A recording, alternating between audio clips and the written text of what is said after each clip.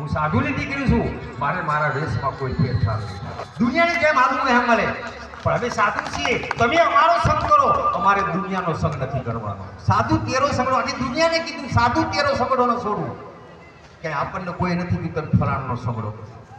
અને આ સાધુ બાપ અગાતરીઓ છે. ફલાણા ગામના રબારી હતા, સાધુ બની ગયા. ફલાણા ગામના દરબાર હતા, સાધુ બની ગયા. ફલાણા ગામના પટેલ હતા, ઠાકોર હતા, એ સાધુ બની ગયા. ક્યાંય તમે એવું સાંભળ્યું કે સાધુ હતા દરબાર બન્યા? અમારા ગામના બાપુ હતા, અમારા ગામના સાધુ હતા, તે કે રબારી બની ગયા, ક્યાંય સાંભળ્યું?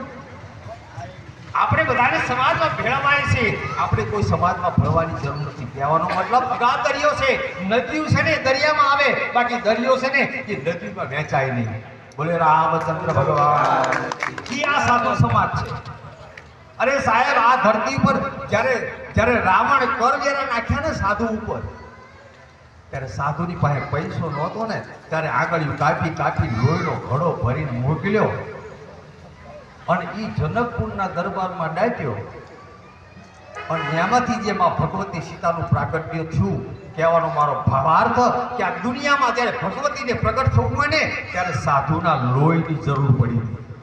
સાધુના લોહીની જરૂર પડી હતી, ત્યારે માં ભગવતી જગદંબા સીતા પ્રગટ થયા હતા.